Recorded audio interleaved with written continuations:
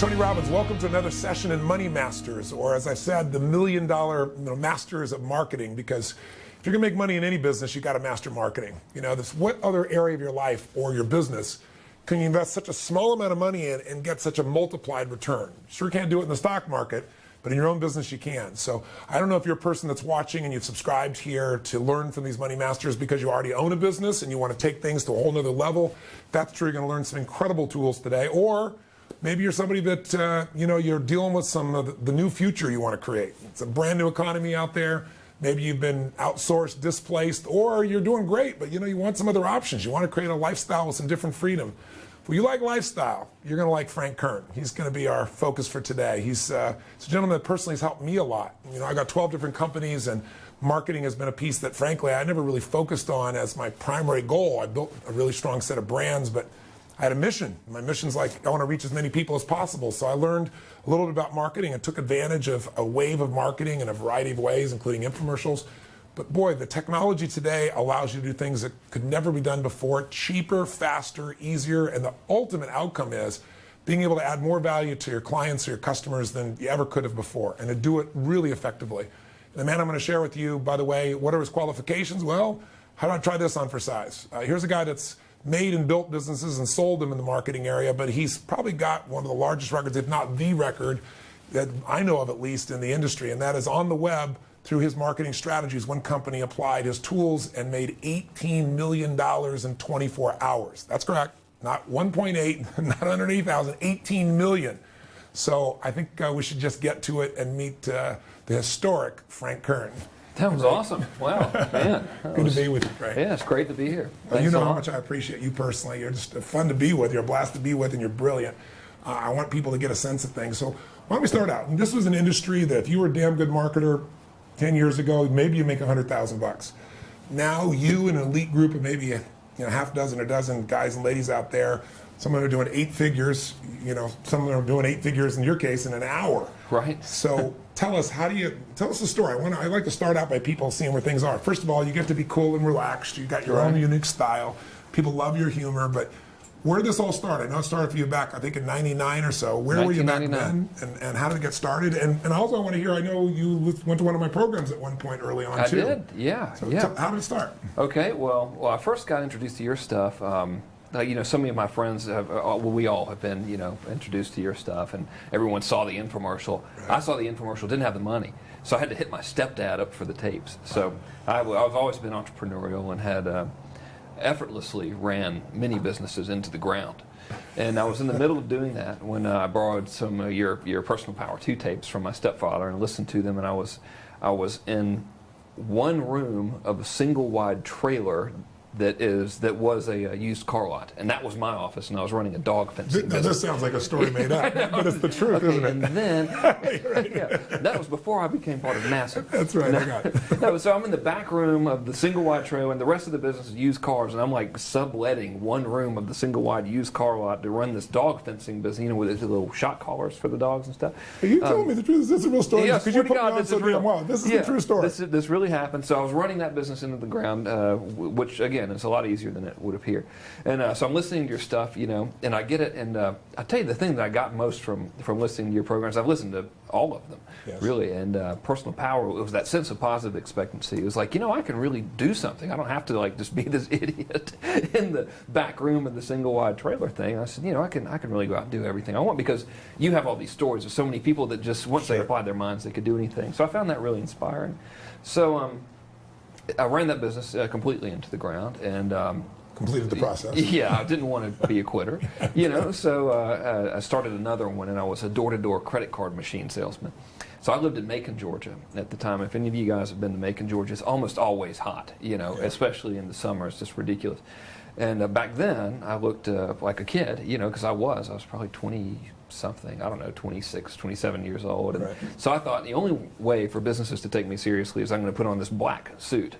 So I go down to Macy's or whatever and get the off-the-rack black wool suit, and I'm going door to door in Macon, Georgia. I'm probably the only guy in the entire city wearing a black suit, going door to door, beating on businesses' doors, trying to sell them credit card machines. So here comes this dude, this sweaty, miserable guy in a black suit trying to sell you a credit card machine. So strangely, they didn't really want to buy that many credit For some cards. reason. Yeah, I don't know. They were weird. You know, some people don't understand. So I was like, you know, this is awful. And I knew that I wanted to sell stuff, you know. And so to me, it was like, well, I can only make so many in-person sales pitches per day, and these sales pitches really aren't going that well because people just don't appreciate, you know, my dress code here. Yes. So I discovered, you know, quote unquote, the internet. And the whole turning point happened when I saw an ad for a guy named Corey Rudel, who has since died, unfortunately, had a course that said, you know, you can make money on the internet, you know, and I'm sure everyone's seen this, maybe not that specific ad, but that you can make money doing X, Y, Z ads. Sure. And the first thing that happens is you say, you know, this is bullshit. So I got it anyways, $297, and I read it. Why did you do it anyways, even though you're skeptical? Well, my alternative was like worse than losing the 200. Okay, that's great. You know what I mean? It was like, Desperation okay, will move you. I can keep wearing the black suit and going door to door, having people, you know, reject me and slam the door in my face, or I could try something else. So Sure. I bought this person's course, and I applied like one page of the 300 pages of stuff that he gave me, and as a result struggled. And then just really through trial and error, sort of figured it out, you know, and figured out how to sell things online. Now, is it true that this thing started with you seeing somebody that was offline selling something on how to teach your parrot how to talk? That's when it all really came together for me, yeah. Okay, you got to tell us the story. Okay, there's a guy who's a famous person in my world, the direct response world, named Jeff Paul. And I bought some of his seminars on tape, you know, and this is, I don't even think I think if you bought them on CD, they were extra. You know, it was like that long ago. It was like, okay, I'll get them on tape, you know. So I get them on tape, and I'm listening to this guy's tape, and he's got someone in the audience, and the guy in the audience is saying, yeah, man, you know, I'm doing really well. I'm publishing these print ads about parrots, and I'm selling this $300 manual on how to get your parrot to talk. And I was like, that's the most ridiculous thing I've ever heard. So naturally, I said, well, that's exactly what I should be doing. But I'm going to apply it to the internet. So my logic was, you know, the process these people are going through with the magazine system was, well, you know, someone's reading a magazine that's specific to the parrots in this case. Right. They see the parrot ad, they call the number or whatever, and they buy the stuff, you know. Well, the internet's just like that in many regards. So it's almost like a big giant classified section of the newspaper. Sure. In some respects, in other respects not. But for the business aspect of it, it is. So I determined, well, you know, if people are out there and they're reading like magazines about parrots, and then they're going through all this trouble to write the check and mail it in and pay $300, I figured, well, I could just advertise online and sell a downloadable parrot course and probably make some money without having to really do anything. So I did, and it worked. You know, I couldn't believe it. There's a little tool out there, and I went to it. It was a Yahoo.com's tool now. Now Google has a similar tool where you can type in a word, and it'll show you how many people are searching for that word per month. So I typed it in there, and I typed parrot, you know, and there were like 70,000 people a month searching for the word parrot. And I was like, okay, well, this is kind of starting to make sense, you know, because if somebody has a parrot, they want the thing to talk, or some of them will. So I said, if I just stick my parrot book in front of these 70,000 people, I'm sure to sell a couple of them. Here's what I love. You didn't have a parrot book. No. Right? Yeah. And are you a writer? No. So what did you do? You just hired somebody to write a parrot book? I did, yeah. That's perfect. Yeah, I just, there was a website called Elance, which I don't use now I write all my own stuff now, but if it's something I don't know what I'm talking about, I'll get someone else to do it. You know? Sure. And the Elance, I just went up there and I said, listen, I need someone to write a book on how to teach your parrot to talk. And the way I did it was I wrote the ad for the book, and I made all these promises in the ad, and I said, I want you to read this ad and fulfill as many of these promises as possible in the book, and then tell me the ones that are impossible so I can get rid of them. Right. You know, and they said, okay, we'll do it. And the person was a contributing editor to one of the bird magazines. It was like a real person. Wow. And I put it together and started selling it, and it did good. I think the best month was like $3,500. Right. You know, but I said, you know, that approach was a lot less intimidating to me than the concept of building a giant business. It was like, okay, you know, that was kind of easy. Right. Finding this little market and having a product made, knowing what they wanted, having a little product made, said, you know, here you go. You can. And you kind of got in front of a trend that was already, you know, a train that was already going down the track instead of trying to reinvent the wheel, so to speak. Yeah, right? I have no interest in trying to do anything that's remotely difficult. But here's what I thought was amazing, and I'm curious in terms of a background, if I can get into your psyche for a second at a real simple level. So many people have an opportunity sitting in front of them. You've made that offer to people. You know, there's opportunities all over the world for people, and they don't act on it.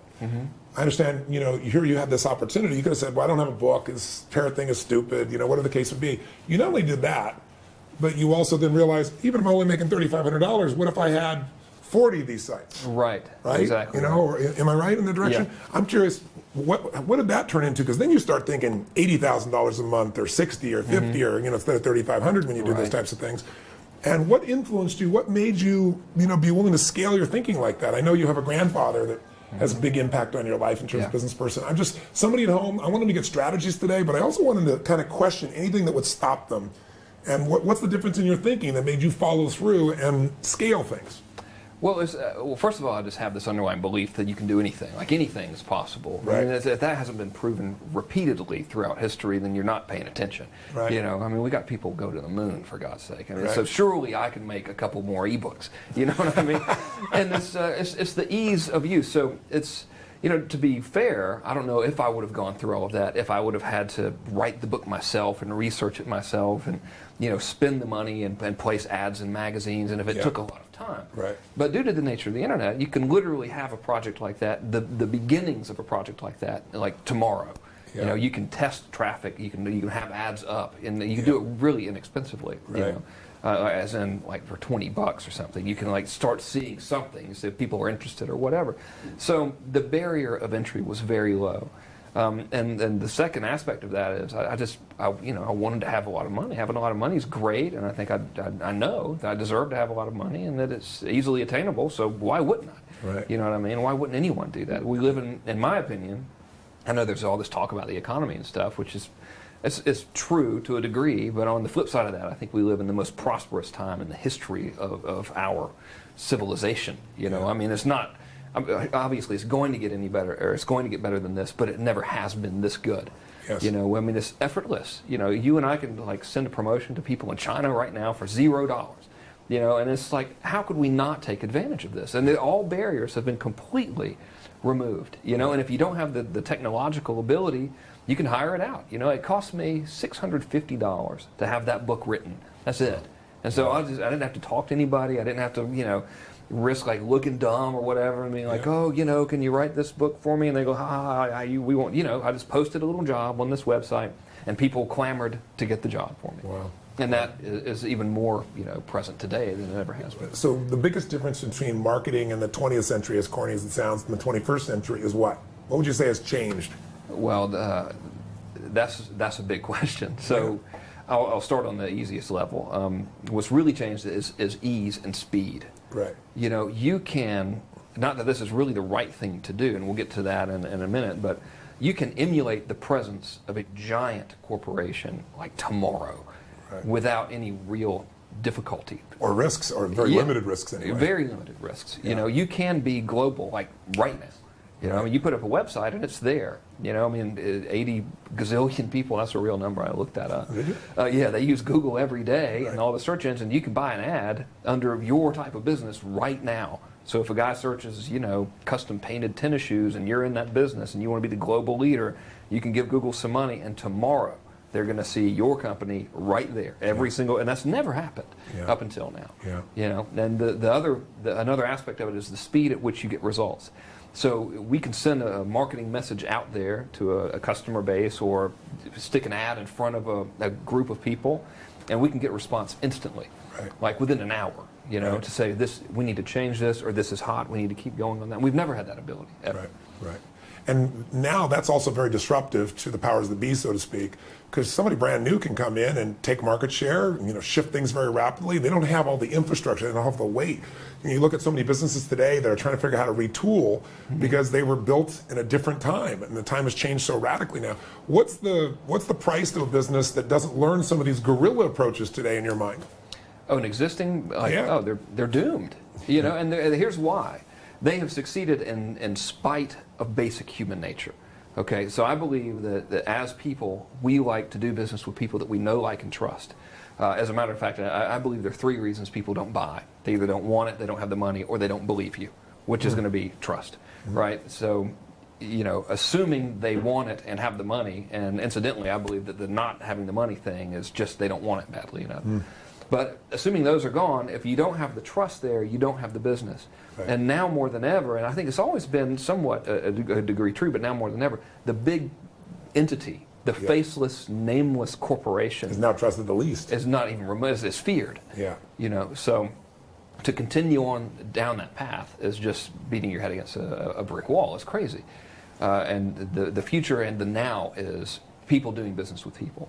You know, so companies moving from the faceless entity to really developing an intimate relationship with their clients, not having customers, really making them clients, really making them friends. Exactly. Friends is key, you know, and it requires a shift in the thinking of business, I think, to view their customers as their friends and to genuinely care. Right. You know, the image I get of old school business is a bunch of guys in suits drinking scotch in a boardroom, laughing and smoking. Right. You know what I mean? And that's gone. I mean, you're not going to survive. Yeah. What's the new image? A bunch of guys having fun, and you know, or a bunch of people having fun, you know, in a small little tightly knit guerrilla group, and their customers enjoying them. You know, an open door, transparent sort of business. And the world's becoming so transparent today. I mean, you see that in every aspect of our lives. Yeah. Maybe the exception of politics, but even that's getting penetrated. we're on to you guys. Yeah. I think, Starting to get penetrated, though, with blogs and, you know, everybody being able to participate in the conversation. So marketing today, if you're going to define marketing today, what is marketing? Well, that's another one of those really, really big questions. So I think my gut reaction is stuff you do to get money, you know. So yeah, I'm going to stick with that answer actually because I like it. That's my own internal definition. And with you were saying your philosophy of marketing, you know, be cool to people, and I mean, it's, you know, I literally. Well, yeah. So here's my methodology behind marketing: is I like to give the best that I can, and help people out. And by doing so, and be very, you know, genuine with them, and by doing so, I create a situation where they ask me to sell them stuff. And see, a traditional person would say, well, that's ridiculous. You need to go out there, you know, you need to get them. Of course, you should be aggressive in your prospecting and stuff. But I think if you provide enough value, then people will say, man, how can I get more of this? Right. And I have a theory on it, and really a system for doing it that I'll share with you if you like. I call it the results in advance system. And I learned this working with someone in the seduction market, which in and of itself is very funny because that's really, you know, my wife is here now and she's like, it's not. That is not his strong point. You know, but I have a friend who's an author, and he wrote a best-selling book about seduction and dating. More accurately, we'll say dating so it doesn't sound weird because it really is dating, you know. So I said, you know, you should release this product that really helps people out, helps men out, and helps them, you know, attract the woman of their dreams and everything. And the challenge was, there's so many people in that space. I know it's an obscure market, but that's great because it shows this stuff can work for anybody, right? Right. There's so many people in that space, and there's not a lot of trust there. Right. So the strategy was, if we could take the market and we could give them little results in advance incrementally, what would happen is that each time we delivered a little bit of results in advance, their trust in us, and by us I mean him really, because I was the silent guy behind the curtain, you know, their trust would grow and their desire for the product would grow, and it would grow exponentially with every little bit you incrementally provide a result. So here's the way I like to imagine it, is those of us at home, you take a pen and a piece of paper, on this side you draw a little guy, you know, and then you have like a timeline, you divide the timeline in 4 or 5 little units, and then you draw the end result here. So in the case of the dating person, I drew a guy, and then, you know, there's like a couple at the end. Right. And so, and then in your little lines that you're drawing, you have like each step that it would take to get to that end result. Right. So in this example, the first step was just to approach a woman, right? Yes. So I said, what we should do is we should give these people for free without being, you know, weird or anything, to say, hey, listen, we understand that it's scary to go out and approach a complete stranger. The rejection stuff is there. Here's some ways that you can overcome that. And here's some ways that you can approach someone without looking like a wacko or an idiot. And we said, do with this what you will. So what happens is the person who gets that information says, you know, that's awesome. They go do it, and they get results. Right. So now their next question is going to be, what do I do now?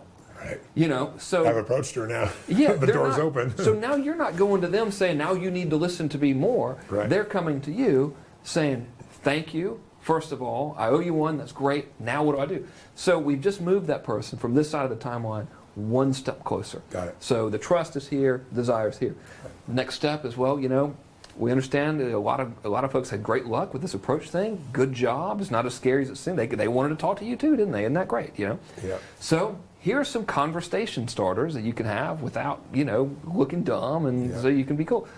Give them that. They have the conversation. Their next thing is, how do I get the phone number? Next thing is, how do I ask her out on a date? Right. Next thing is, you know, what do we talk about? And all that. So you deliver those little chunks, and by the time you're ready to sell them something, there is no selling them something. They're saying, would you please just give me all the stuff now? I'm sold. You know. Don't drag it out on me anymore either. You know, I need the whole solution.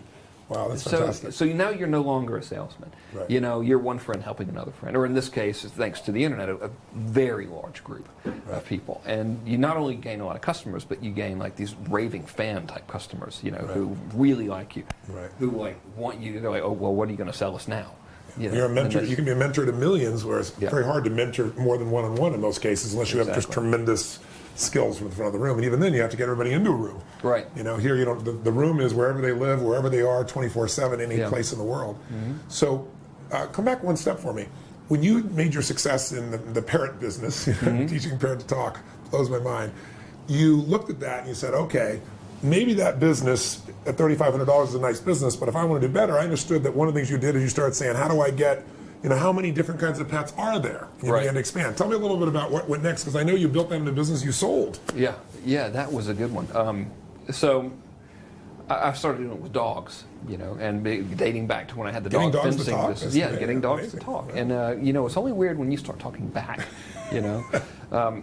So yeah, I was, you know, having been in the pet industry, and by being in the pet industry, I mean just unsuccessfully trying to sell pet containment systems. I'd worked with hundreds of dogs, literally, and I learned that dogs respond really well to positive reinforcement. So the way I was trained to train the dogs was, you say, listen, man, you don't go near this wire because you're going to get shocked. And then they get shocked and they freak out. And what I learned is that if you just like, instead of taking that approach, if you say, hey, isn't it awesome in here away from that wire? Let's just hang out in here. They respond really well to that, and they're not afraid. You know, and I know that's kind of a weird way to put it, but that was the experience. So I read some stuff on dog training, and I created a course about dog training, and it's all about the positive reinforcement aspects of dogs and why dogs do certain things. You know, really basic stuff, but stuff that people just don't think about. You know, unless they've like been in the pet containment business. Did you ever read the book Don't Shoot the Dog? No. Oh, you'd love that book. It's all about positive reinforcement. Please continue. Okay, so I said, you know, there's really, and I knew this from the perspective of having worked with so many dogs, I said, there's not really any physiological difference and not a significant psychological difference between a Great Dane and a poodle when it comes to basic obedience training. When it comes to, you know, the dog is jumping on you because he wants your attention. That's so when you say down boy and you push him, you're just giving him attention and he's going to jump on you more. Both dogs are going to react the same. So I said, you know, this course is really a one-size-fits-all course. So I developed a system to where I could automatically create a different website for every breed of dog, of which there's 600-something breeds of dogs, and then get it all over the entire internet like that at one time. You know, so I just pressed a button, it was made. I placed the ads for every single breed of dog, and the next thing I know is, you know, it was $1 million a year business. And that went from, I think I started that business in 2004, and it did its first million in 2005. Wow. I think it's 2000, not that anyone really cares, 2005 or 2006. I get the years confused. Just don't do that when you get married. It's a little okay. But tell me seriously, you sold that business though? I did. Yeah, and so you kept it for a couple of years, and then and were you able to sell it for a multiple of, without telling me the numbers, were you able to sell it for a multiple? It was a very favorable exchange for both parties. That's good. That's good. Yeah. Well, the beauty is, the reason I bring it up is I think a lot of people, when they think about doing business on the internet, they don't think of a sustainable business. They think it's something very often they're just starting over. But, you know, you're really looking at how to create income for life in many cases. It's a different mindset. So maybe address that for us, if you would. Well, the reason I started online was first of all, there was that pain of going door to door and selling. And what happened was, it's interesting how things come full circle. You know, what happened is I developed this belief that dealing with people is horrible. And I was like, I don't want to deal with anybody. People suck. Because I'm getting, you know, people are telling me to, you know, get out of here all day. So I create this system, you know, through what I told you about, these little downloadable information products, nothing fancy, and I create this automatic income stream where I literally have nothing to do. So I'm just sitting around, and money's, and it's great. Now people watching would be like, okay, shut up, we hate you. But really, you know, it's like I would go to work and I would just sit in my office. I'd be like, why should we be doing something? You know, so I would, you know, sometimes I would interact with other people who were in the internet marketing space, and I'd start giving them tips, and I'd like really enjoy it, and I would look forward to the phone calls, and I figured, you know, I should be teaching this stuff because I really like it, and I do it anyway for free. So that's why I got rid of the dog business and then started teaching it full time. So it can provide you with, definitely can provide you with income for life for doing literally nothing, but it gets boring, is what I'm telling you. It's real, first of all, and it will get boring. So you might as well do what you love first. It's true. If you don't do what you love, you're going to be miserable no matter what. I've met so many people over the years, and I was at one stage in my life, I had the privilege as well, where you don't have to work. And what happens is people are happy usually 30, 60, 90 days, 4 months at the outside. And you start getting a little flaky. They're always calling the other friends and going, hey, want to go do this? And like, no, I got to do this, I got to do that. And we have to be employed. The problem is, you want to make enough money, you don't have to work. Right. Right? That's different to not have to work than to not work. If you don't work, there's no sense of fulfillment. And maybe not work in financial sense. Some people do it in a nonprofit sense, but it's something you're passionate about. So what was it like when you were able to tell your wife, you don't have to work anymore? That was a big one. And it was my grandfather. So when we started dating, he says, what does she do for a living? And she was a graphic artist. And I said, well, she's a graphic artist. And he goes, I would be embarrassed if my girl had to work. And I was like, gosh, everything my grandfather said was gospel. Been your role model, hasn't he? Absolutely. So I was like, well, okay, she shouldn't. Now, not that she should not work. Sure. That she shouldn't have to work, right? Yeah, exactly. So that was a major moving toward thing for me. It's like, I really want to make it so my wife doesn't have to work. And we both were very happy with her not having to work. At least. Yeah. Was it something that you believed would ever happen before that?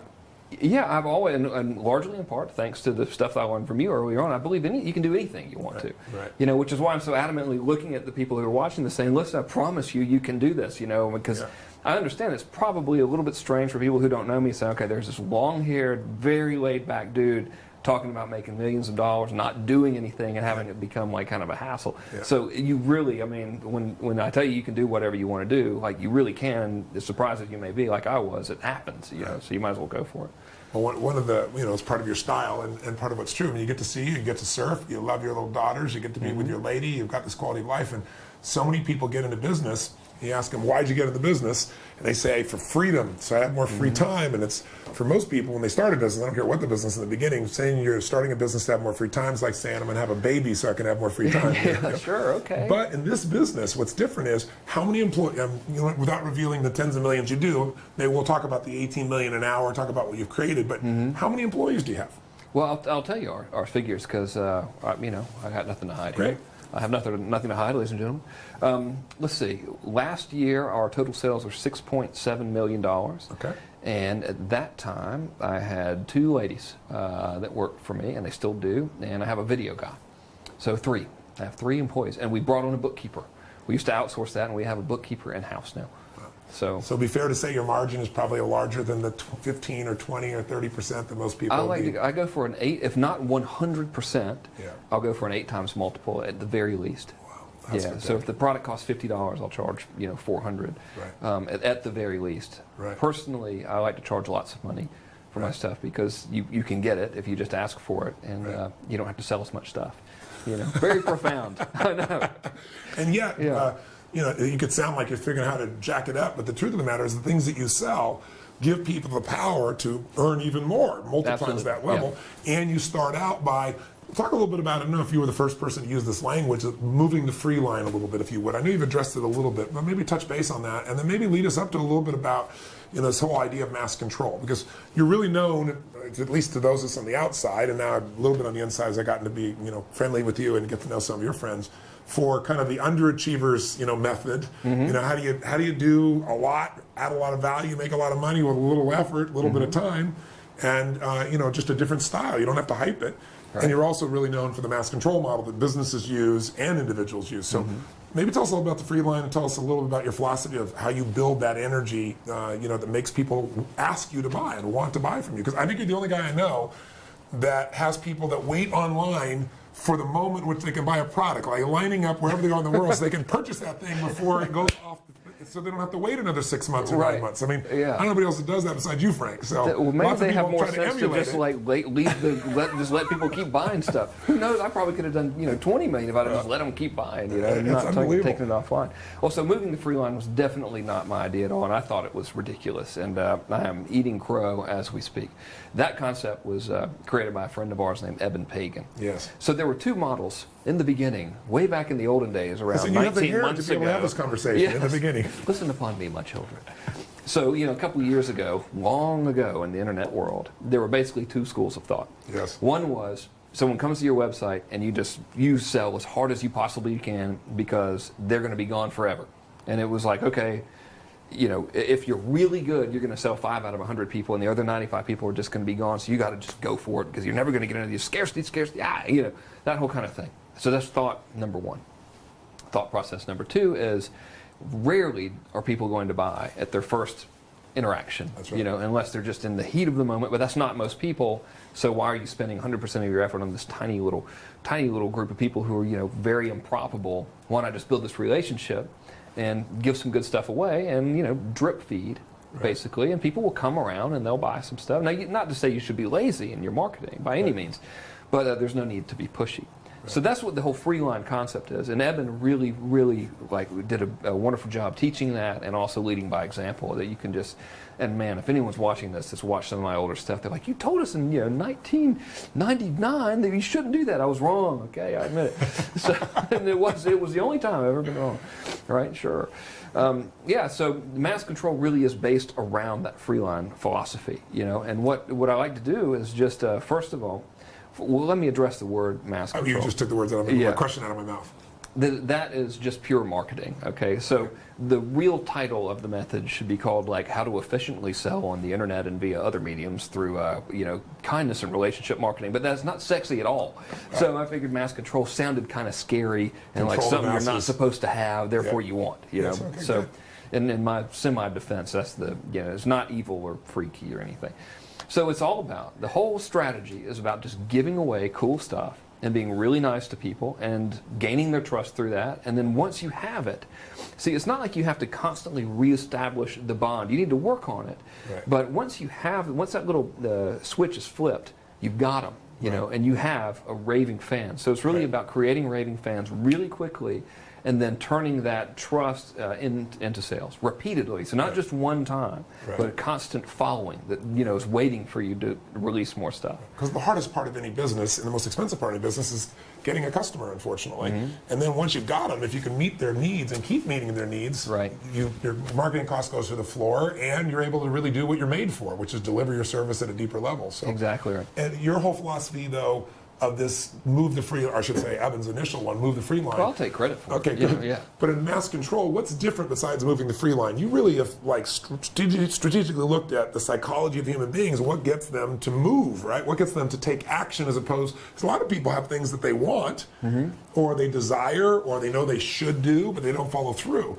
So part of my life study has been the same thing, but you've really made it a science on how to take somebody in that online environment and build the energy in them to where they have to take some form of action, or at least they're much more likely to. Tell us a little bit about that. The first thing you have to understand is the context in which they're using the internet.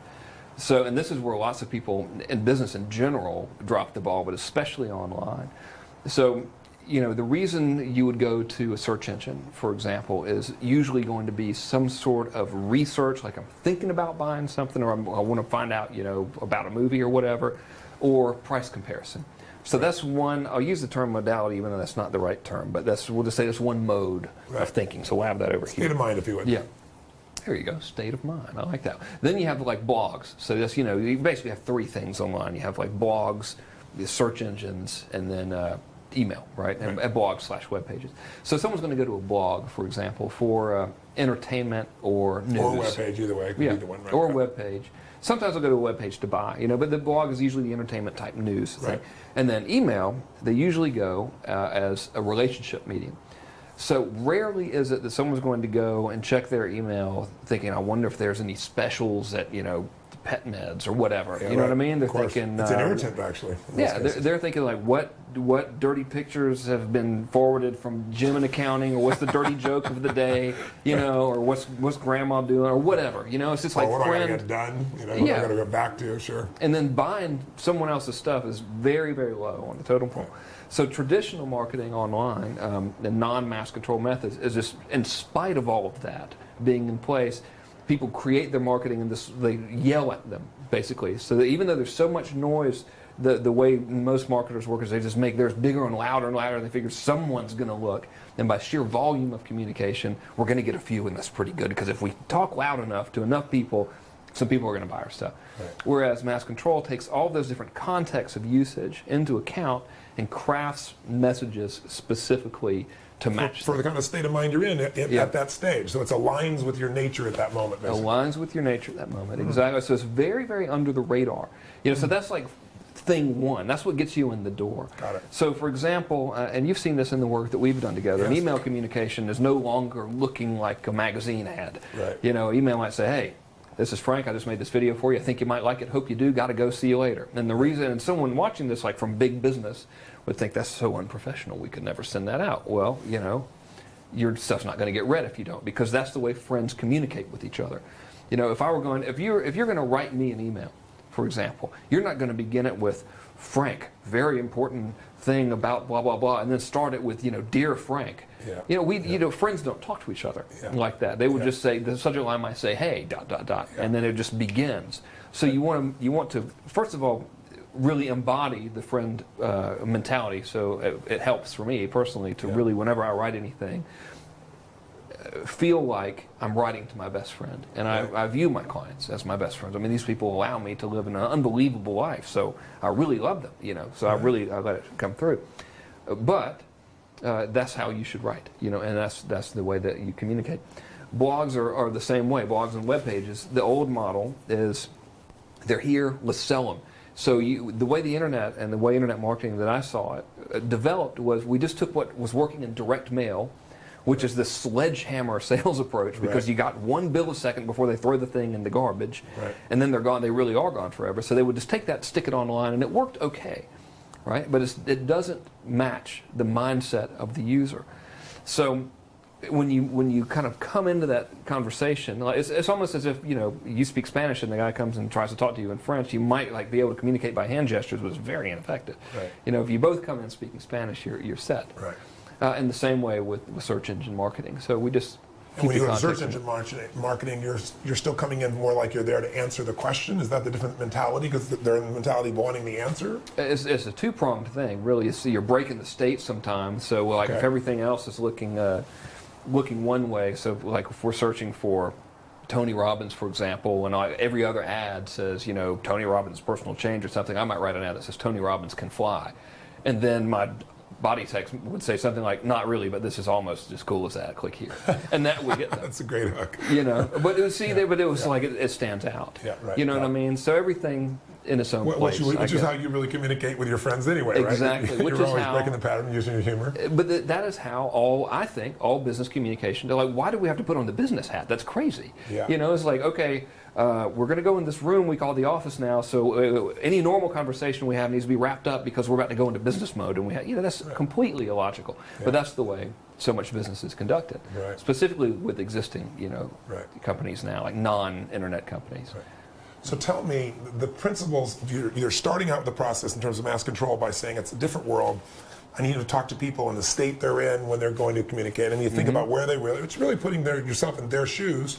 Secondly, I need to really know and feel, not just know intellectually, but feel that these people are my friends. I have privileges in my life because I'm able to serve them, and they give me the privilege of purchasing my product or service. That produces a different emotion in you, right from that quality, right from that place. Get rid of the old business hat as you thought it was and get into the relationship connection business. Now, how do I take that and start to, and this is why I think one of your greatest tools, or at least what I've seen, is your ability then to move people down that line. Like you talked about, moving them from that one stage where the archetype was guys trying to approach somebody to, wow, he's got his family.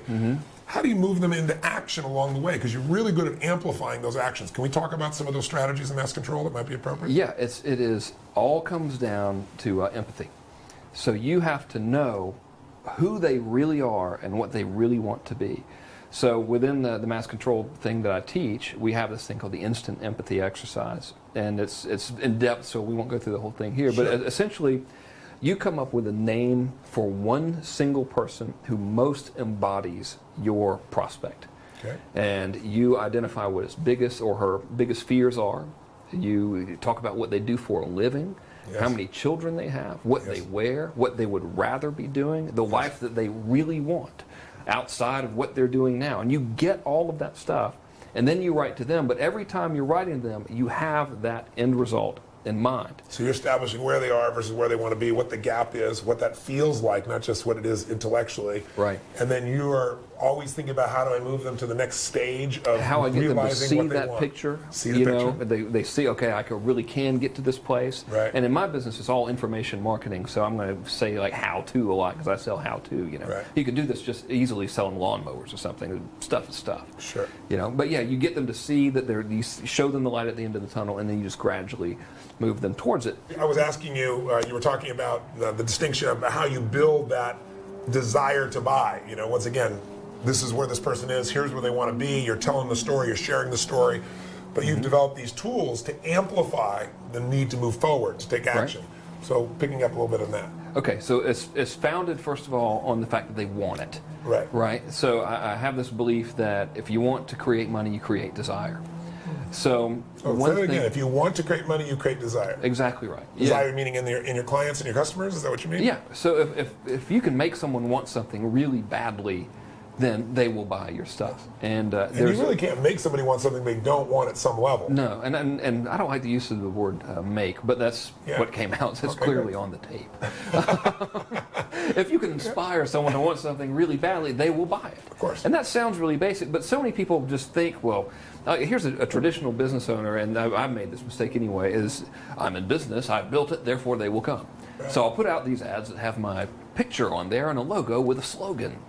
And it's like, and I think the slogan will be something really catchy and believable, like best selection and lowest prices. And people are just, that's complete crap. Yeah. So what I do in the process is, first of all, is I get them to believe me, and I do that just by being authentic, Right. And that means if there's a flaw somewhere, I bring it right to the light and say, hey, you know what, I really like this. Now, it's not going to be for everyone because of this flaw, but if you can live with the flaw, then it's going to be for you. I mean, they're going to find out anyway. There's no point. By doing simple things like that, though, your level of trust is significantly enhanced. That's true. Right. And then I do the results in advance thing, so the trust is there, right? And I create desire. And just to remind people, meaning you're giving people real value. You're able to try it, test it, it works, and so they want more. And it's a logical progression. So the logical progression is very important. Right. So if back to the dating example, if we would have given advice on like, here's what you talk about on your first date, we would have lost 90% of the market because they're trying to get to the first date. Well, that's great, but how do I get to approach somebody? Yeah. Right. So the progression is crucial in that thing. So I build desire by showing the end result.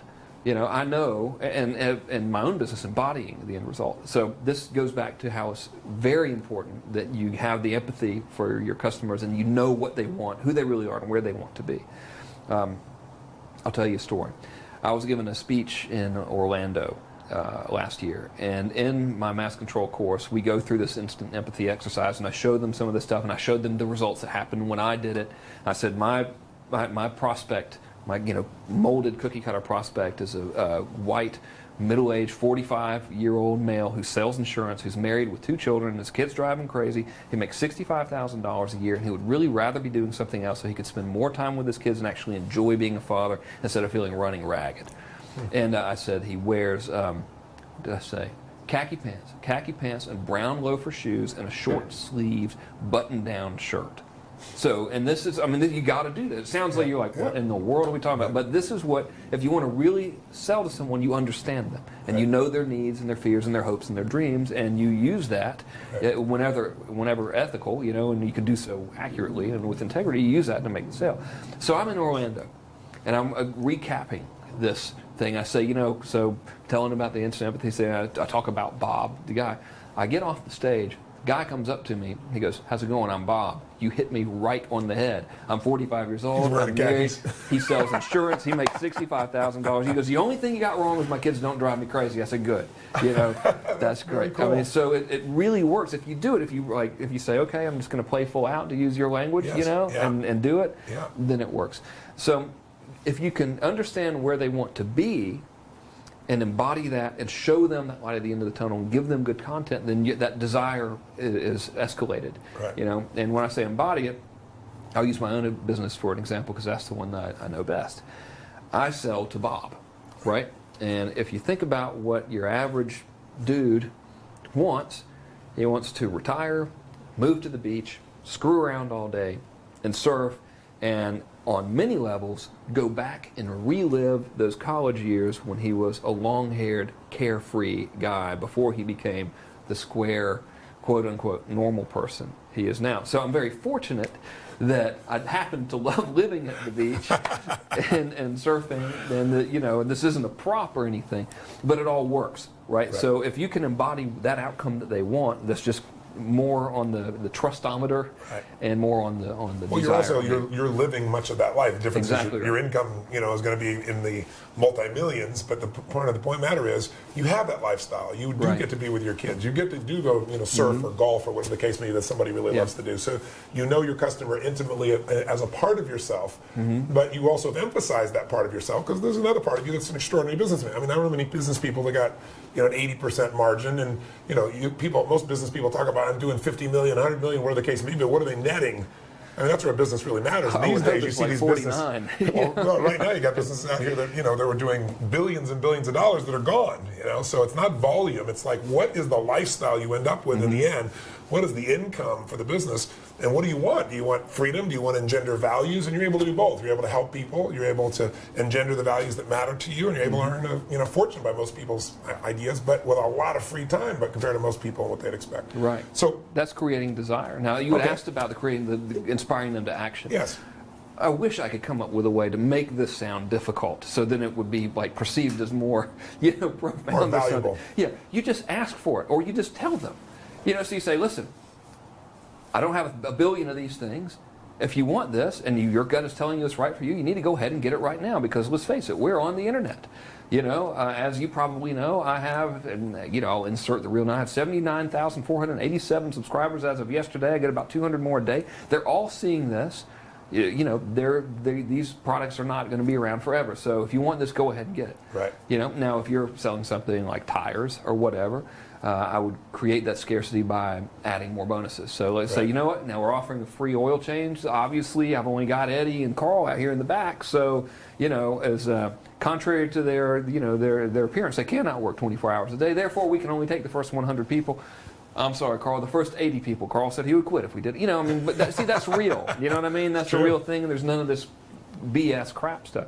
Right. So I apply pressure through scarcity is one thing, which is very effective. Scarcity can be created by lack of material, can be created by a lack of bonuses. You can just have a date, say, listen, I'm going to have this offering up here. You can buy it afterwards, but this pricing is only going to be available for 72 hours. And frankly, I'm in business to service my clients, not to sell to people. So after we're done. I'm going to go back to servicing the clients. So if you want this, get it now. If not, we'll see you next time. But just any reason, really, just tell them to do something.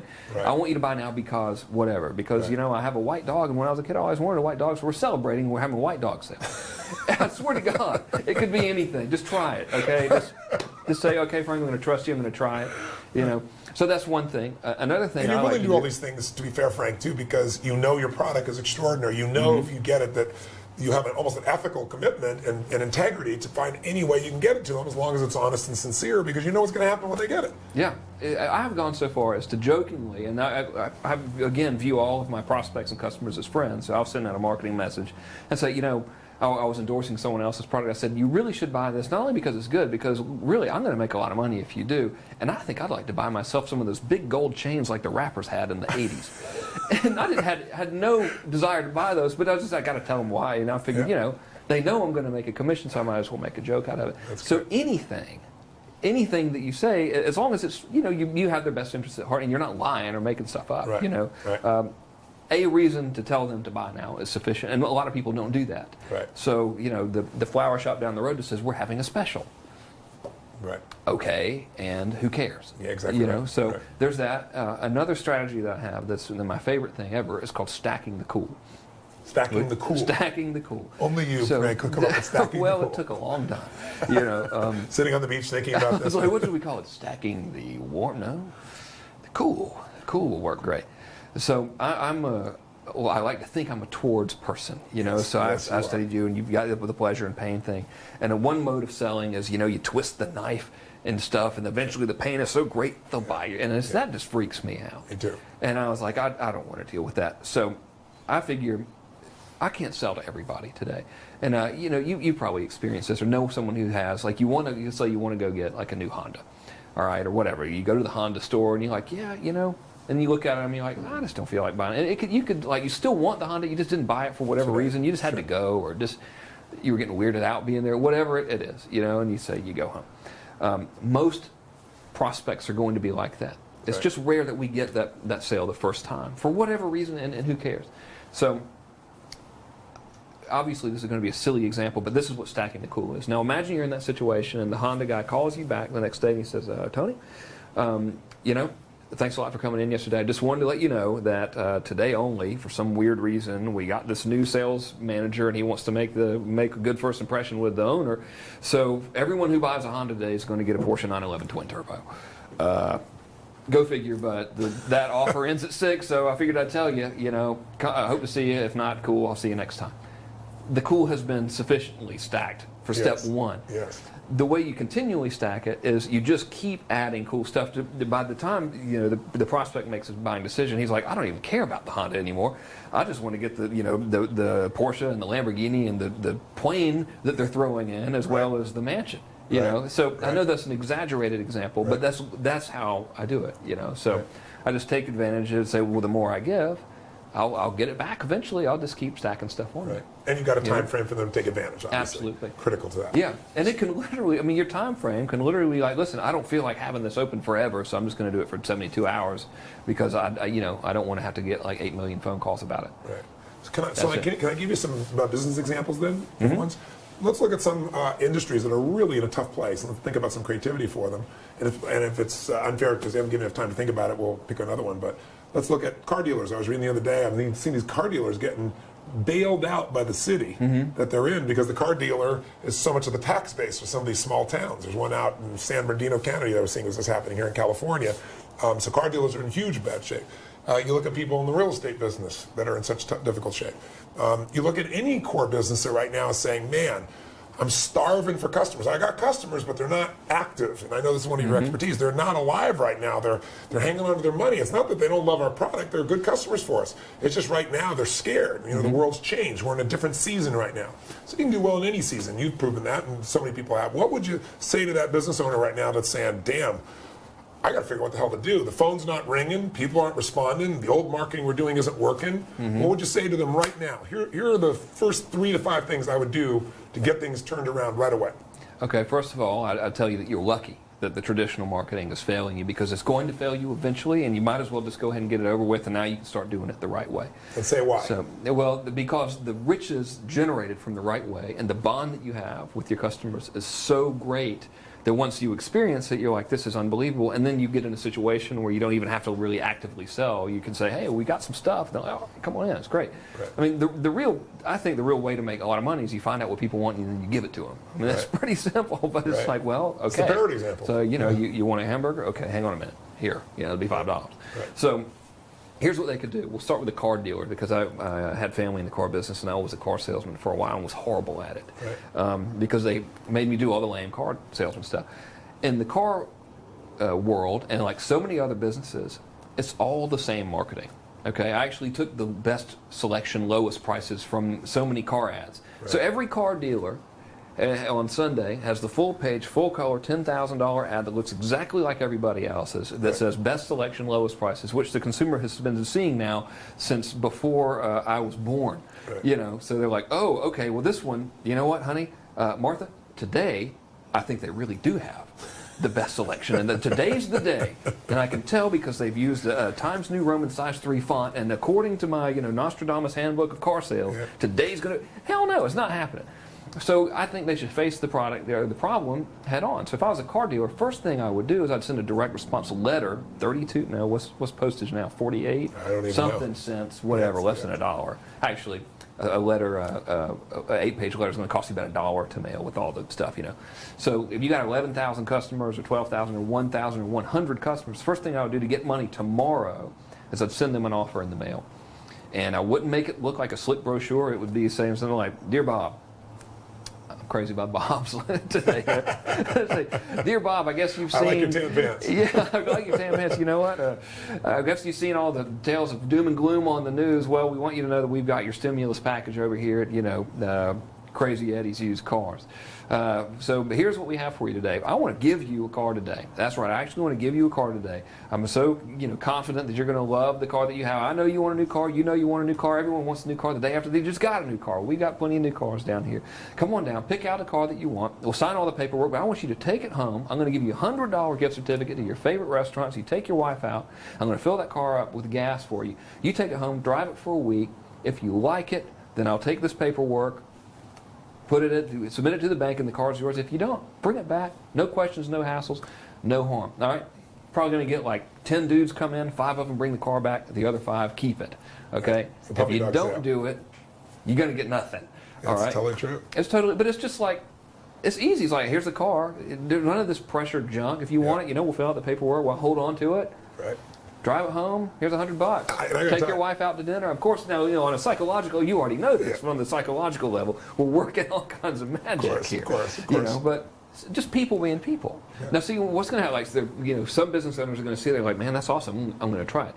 Others will see it and go, well, I know people are going to bring the car back, and then they'll have had to give them $100 and a free tank of gas. That's the wrong way to look at it. First of all, the whole scarcity thing is bogus. And let's bring that up, because this is one of the things I wanted to bring up with you, because I think you embodied this, Frank. You really do. So many people fear drives so many people. We live in a world where the messages are now, they're on your BlackBerry or your iPhone. They're everywhere. Yeah. It's all gloom and doom, right? Yeah. And there's realities that change in the economy. There's no question, but there's always an opportunity. So how do you get people beyond that scarcity? Because so many people, you said, they're going, I'm not going to do that. They're going to take advantage of me, or they're going to come from a place that I can't afford to do that. How do you get people beyond the scarcity thinking? Because you're good at it. Well, you just have to be okay with the fact that some people are going to do that. First of all, it's like, yeah, so what? But let's say you get 10 people to come with the car dealer example, right? You get 10, you send out let's say they send out 1,000 letters to their customers, okay? And then we'll come back to the scarcity philosophy, but I want to address the business person who's just like watching this going, I just want to make enough money to pay the bills next month. Like, hurry up, right? So you spend $1,000 sending out the letters to your customers who already know, like, and trust you and have demonstrated they want your stuff. In this car example, it costs you $1,000 max, right? And that's like if you use really fancy paper, all right? So now you're in it for $1,000. Let's say 10 people come in and take you up on it, all right? So you have 10 cars on the street. Let's say your average markup per car is $2,500. Actually, I think that is the average markup for a car, or it was. Who knows now, So now you have $25,000 in potential profit on the street. It's costing you $100 in these gift certificates. Right. So you spent another $1,000. So now you're in it for $2,000, and let's say it might have cost you $500 at max to fill up all 10 of those cars if you use like super gas or something. So you're in this whole thing for $2,500. All right. If everybody but one person brings the car back, you're at least going to break even, right? But you're probably, in offers like this, you usually can figure on about 60% of the people keeping it, and unless you're you, and we've tested some of these offers with you, and like everybody keeps the stuff, which is great, but for most people, it's about 60% no matter what. So you're going to profit either way. You just have to be willing to reverse the risk. See, we get caught up in scarcity too, but our prospects also get caught up in scarcity. So if we can alleviate that pain for them, they will in turn alleviate that pain for us. And talk about a breath of fresh air. For the customer. In this particular, you're kidding me? You're going to give me a car and $100 and like be cool to me? This has never happened ever. I'm going to go tell every single person I know. And now you got viral marketing. Now and then the next step to that, and I promise we're going to get to the scarcity thing in a minute. I just don't want to lose my frame of thought here. The next step to that is now you can start putting instead of having the ad, the full color like idiotic ad that everyone else has, you can have an ad that says local car dealer loses mind, gives away car, and pays people to drive them. That's correct. And then staff reporter, Bloomfield Street today, Bob Jones has gone completely crazy and has decided to give away cars. Yes, you heard me correctly. He's giving away cars and paying people to drive them as part of his new Life is Great sale. Whatever. And then now you got something people are paying attention to, and you got a reason to act, So there's that. Now, the scarcity thing.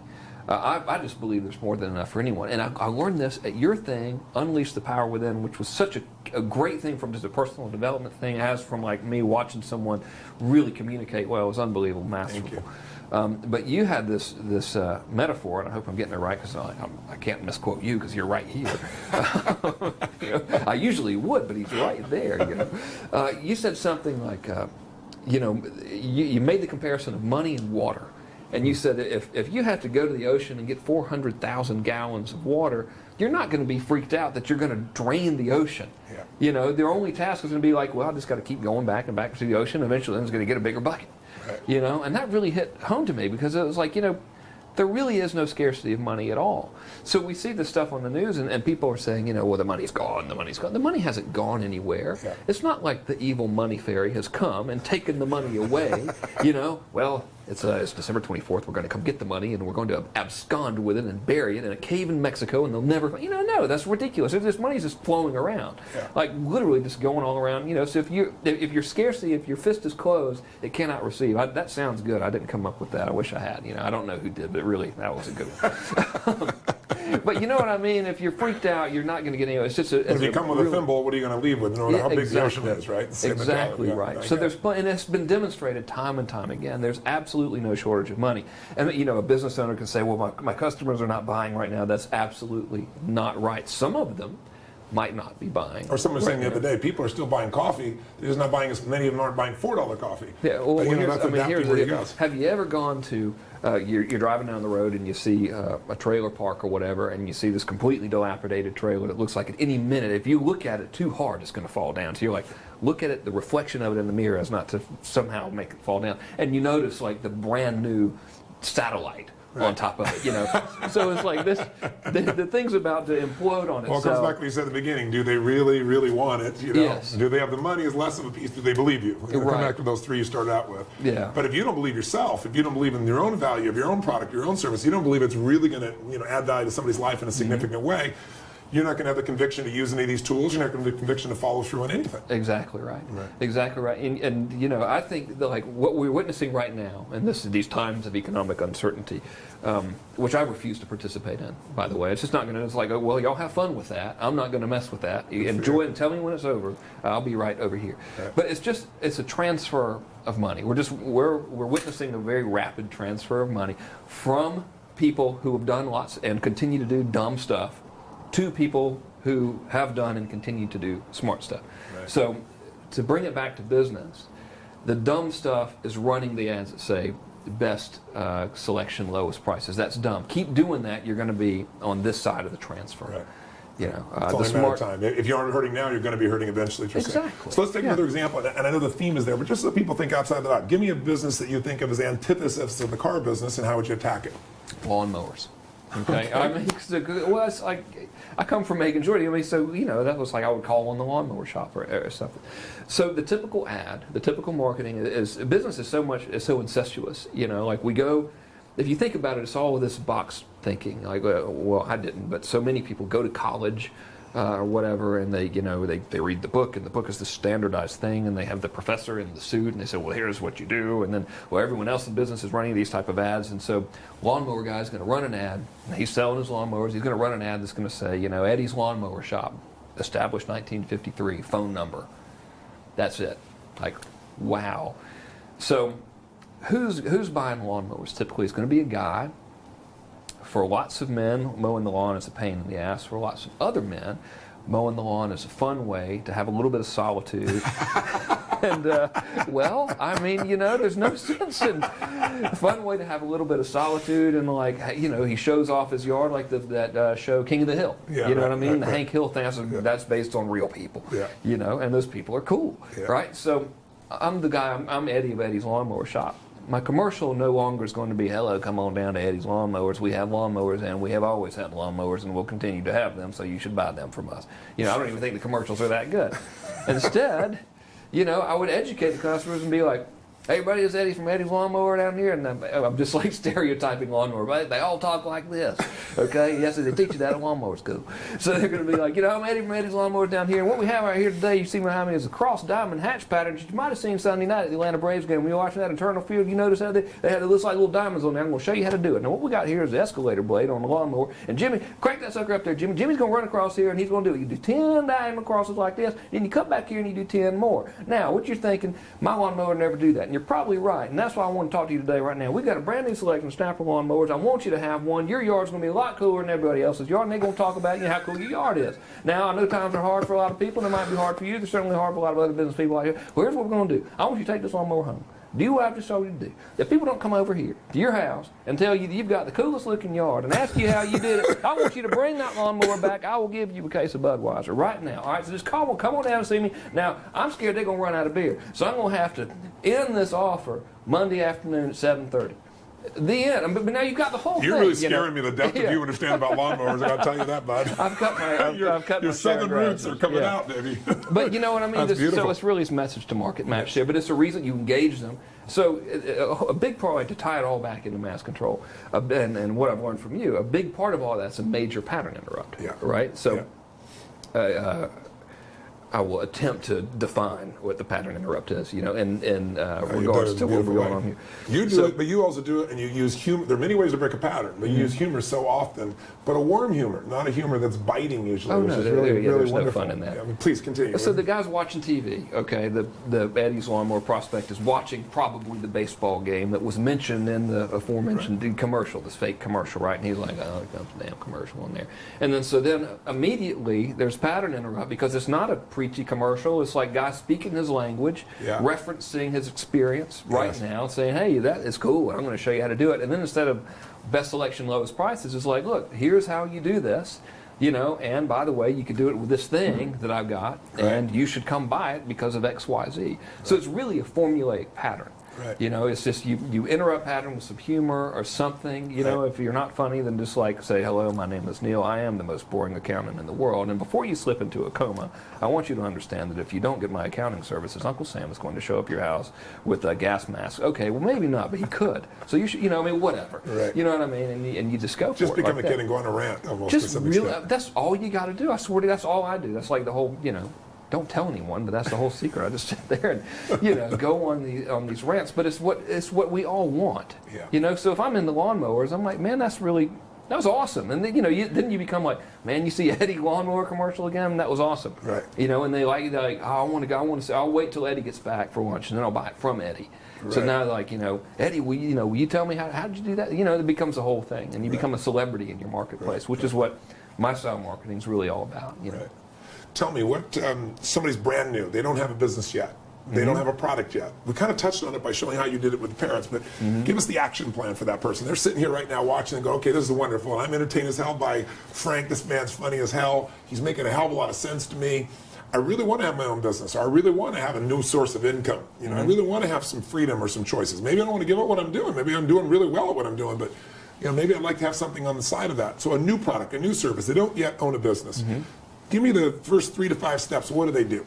Well, I would strongly advise going into the information marketing business, which translates into Kernese as selling how-to stuff on the internet. Why? Why would I do that? Why information versus other items? Well, we're in the information age, apparently. That's what someone said, and it had sounded really good. But so many people are online right now. Why do you get online? You don't get online to manifest a doorknob or something. You want to read something. You're getting information. All we do. Everyone's got the BlackBerry, the BlueBerry, the new whatever berries coming out now, iPhone, and the email stuff. So it's all information. That's what's going on right now. When people get online and they're looking for stuff, they're either looking to buy a hard commodity or they want to find out how to do something. And you watching this, how many times have you gone online to figure out how to do anything? Where should I go on vacation? So you're looking for instructions or advice. Right. Okay? So what we have with the internet right now is the ability to immediately determine how many people are looking for something. Okay, so you can have any idea. You can say underwater basket weaving, and you could go to google.com/ads. I hope that's the right URL. It's called Google AdWords program. If you Google AdWords, they'll tell you. They have a tool in there. You sign up for a little account. It's free, and they've got a little tool. You can type in a word. It'll tell you how much search volume can be expected to be gotten from that word, which means here's how many people, based on us, the biggest search engine ever, are looking for that thing. And that's but we've never had that. Right. We've never had it. So you can go, and let's say you have a passion, and let's say your passion is ballet instruction, all right? Or let's say it's even more obscure than that. It's how to run an efficient ballet instructional business because you took ballet and your teacher was dumb, but you know the right way to do it. It doesn't matter. All right, so you can go to this little tool and you can type in ballet instruction. You might see that 40,000, 50,000 people are searching for that every month. Luckily, the way the internet works and the way search engine advertising works is you can buy an ad, so your ad will only be shown when somebody types in ballet studio administration or whatever you want to advertise under. And then you only pay when someone both sees your ad and then clicks on it to go to your website. So this is the equivalent of going to your local for a regular business, quote unquote. I guess now we're the regular business. It was an old school business, going to the television station and say, listen, I'll be happy to buy a lot of commercials from y'all, but I only want to pay you every time someone comes into my store. It's unheard of, but we can do it now. So you only pay when someone comes to your website.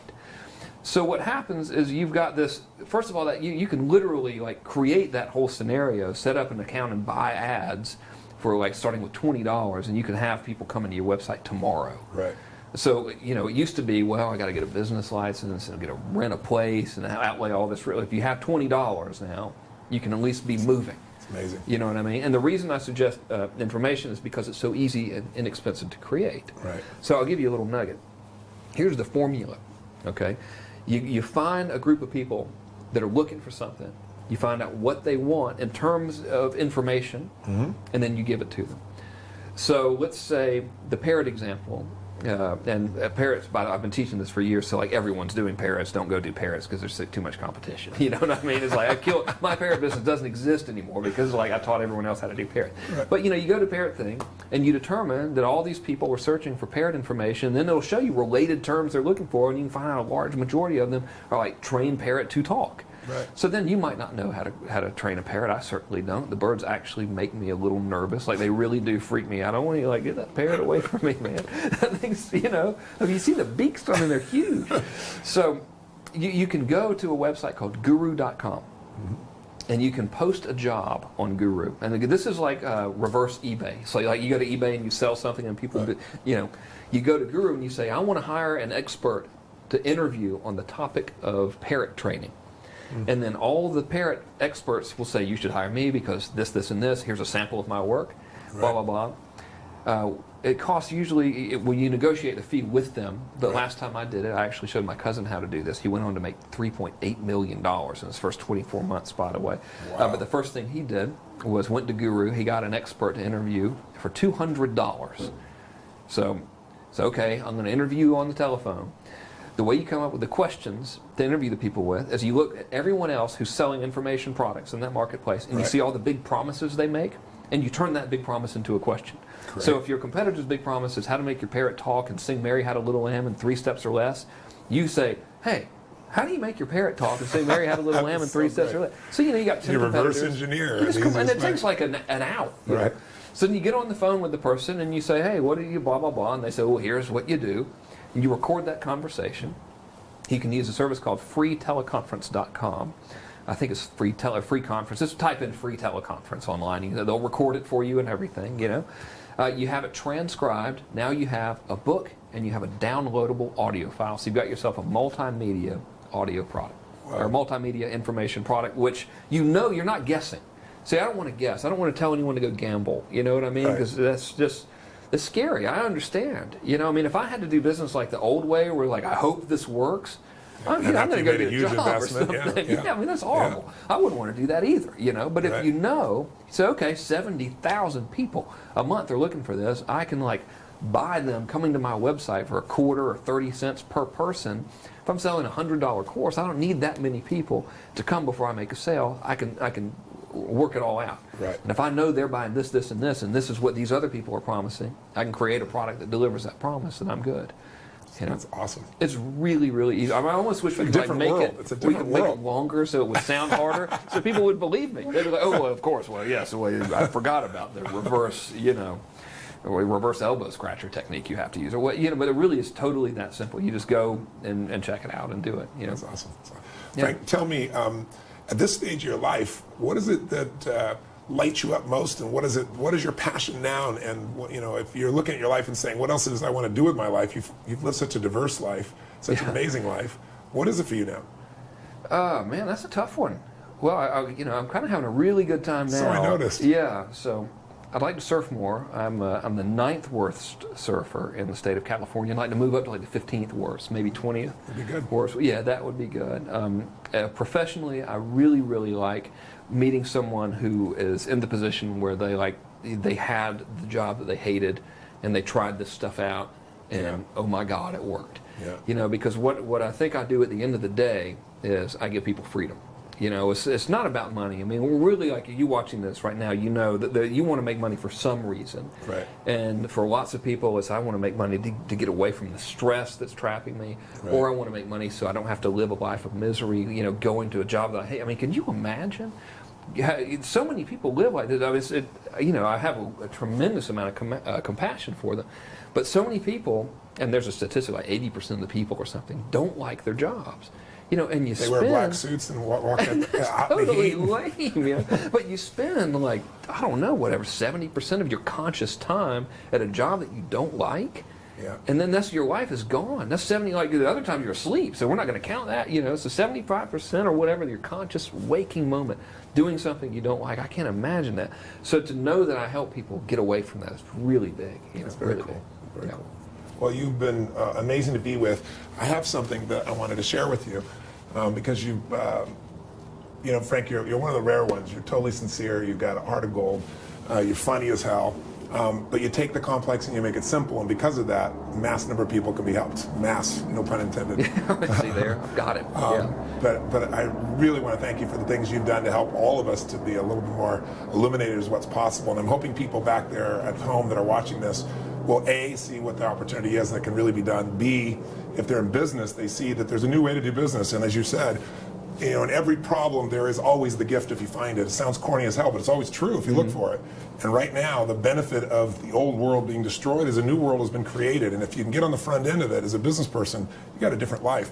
But ultimately, it all comes down to, you know, what do you want for your life? You know, what's your lifestyle? What lights you up? What makes your life juicy? And I know for you, it's your family. And I know it's for you, it's surfing.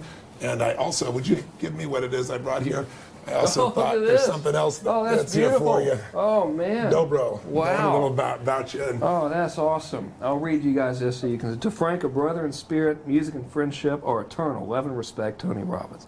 Thank you so much, You're Tony. welcome, This brother. is great. Yeah. What a magic moment, huh? All right. You're the best. And so if you're watching at home and you're wondering, will this really make a difference in my business? I've been around for a while. My hope is that out of this session, people have really seen that innovation and technology are really the basis of business. I say in every session, remind people that if you want to know what business is, go back to Peter Drucker. I mean, 101, he says business is two things, marketing and innovation. And we're living in a world where the technology provides an opportunity to do both of those at a cost-effective level that's mind-boggling. The real challenge is, can you really reinvent in your own mind the way you do business and bring it back to what it's supposed to do, what it did originally when we lived in small towns and everybody knew everybody else and your reputation was everything, your relationship was everything. Even though people now, you know, your clients are from all over the world, you can have the same level of relationship if you're the same kind of giver. I mean, you went in that small town and what they do? They gave you stuff. They loved you. They knew everything about you. They knew your needs, your wants, your desires. And today you can do that on a massive scale. That's the beauty. That's why someone can do 18 million bucks in 24 hours, or an internet marketer who, you know, maybe even 10 years ago be lucky to make $100,000 can have an 8-figure or 7-figure income. So this is an opportunity for you as a business owner, or if you're brand new, or if you don't feel like you're free, get free. And Frank Kern is one of the very best in that area. I want to thank you again for this time. I really, really enjoyed it, brother. It was a blast. I really enjoyed it. All right. God bless.